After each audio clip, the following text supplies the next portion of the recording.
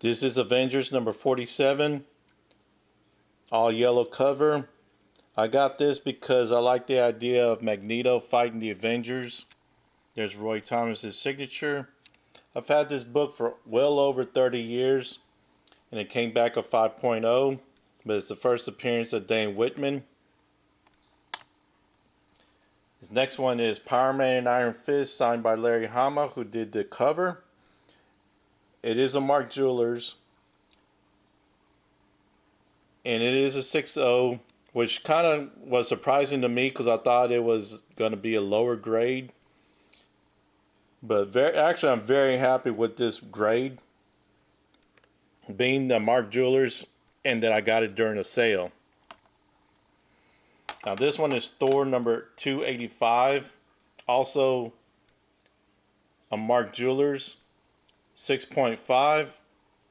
Wasn't thrilled about the grade, signed by Roy Thomas, but it is a Mark Jewelers.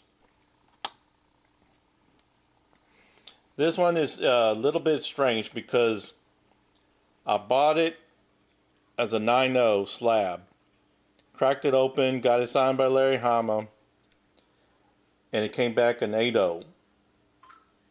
Now, I'm pretty sure that tear right there is what did it. So that's another warning, or whatever you want to call it. It was a 9.0, and it came back an 8.0 after cracking it open, getting it signed, and resubmitting. But it is a Mark Jewelers. This is the first print of the origin of Snake Eyes and Storm Shadow.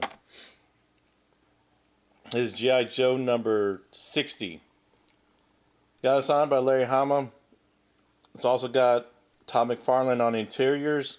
It is a new stand, and I did get it back as a 9.0. Star Wars number 8.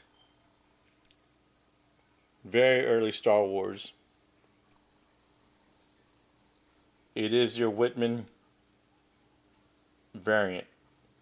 Got it signed by Roy Thomas. Came back a 9.2 for being considered a multi-pack edition, which I'm very happy with the grade. It's the first appearance of Jackson, the Green Rabbit, that you see right there, plus other first appearances. Star Wars number 7, also a Whitman variant, and is also the first Whitman variant because it would say reprint on the side right there. This one does not. Came back a 9.4, signed by Roy Thomas, and is considered the first issue from the expanded universe, which means it's outside of the movies. Another G.I. Joe number 60, signed by Larry Hama. This one's direct, but I got this as a 9.8. So very happy with that. Legends of Darklaw number 1, signed by Larry Hama. This is the hard to find blank UPC edition. The rest had the DC logo. So this is the hard to find one, and it came back as a 9.8. This is Harley Quinn number 59, Derek Chew variant, landscape cover, signed by Derek Chew, came back a 9.8. This next one is a little bit interesting. It's also a landscape cover, Harley Quinn number 58, signed by Derek Chew, came back a 9.8. But he did a little remark while we were talking, and I thought that was just so awesome. And it is notated,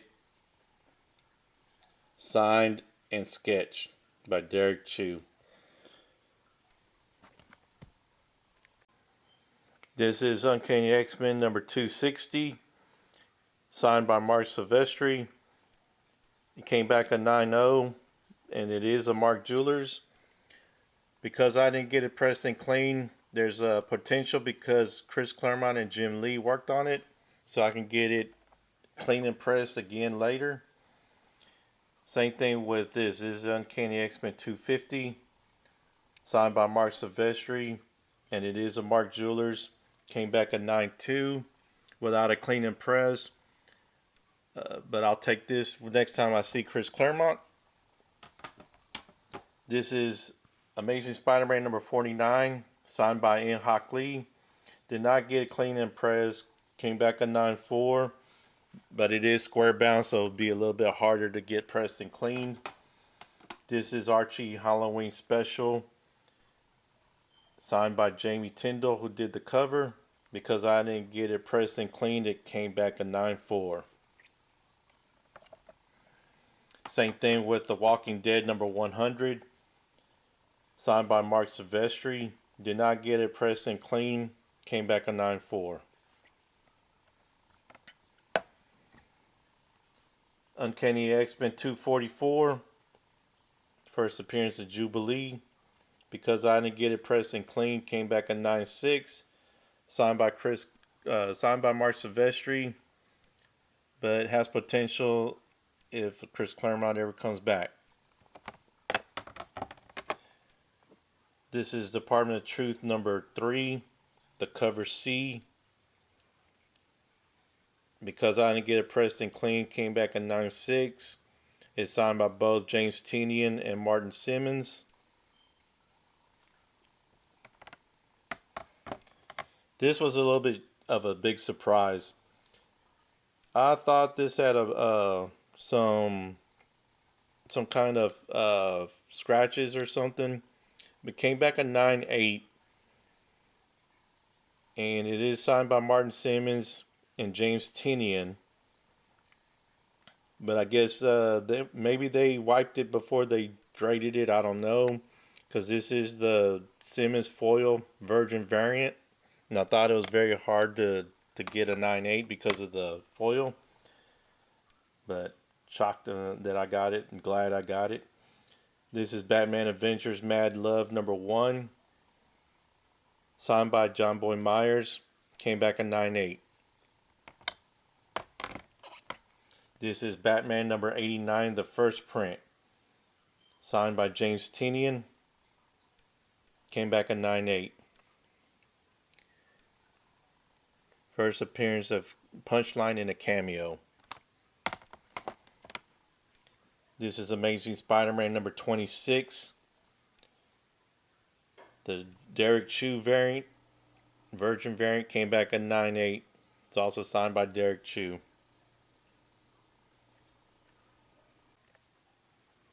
This is Supergirl number 26, signed by Art Germ, without a clean and press, and it came back a 9.8. Awesome. This one I was very happy that it came back a 9.8, because I did not buy this on the newsstand when it first came out, and I didn't get it clean and pressed. Signed by Art Germ. Batgirl number 31. Very impressed. This is Vampirella number 6, the acetate cover, signed by Art Germ. Came back a 9.8. Sons is Killing the Children number 6, the one per store thank you variant, signed by James Tynion and Weather Del Elbra. Came back a 9.8. Sons is Killing the Children number 3, signed by James Tynion and Weather Del Elbra. Came back a 9.8.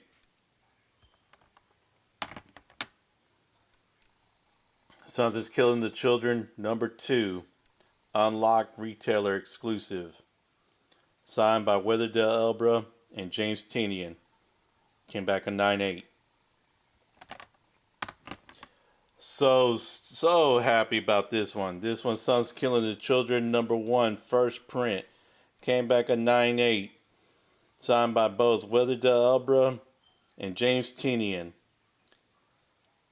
Came back a 9.8, just like Christmas. Got Weather Del Elbra to do Anakin Skywalker sketch on the cover. Don't hate, don't copy.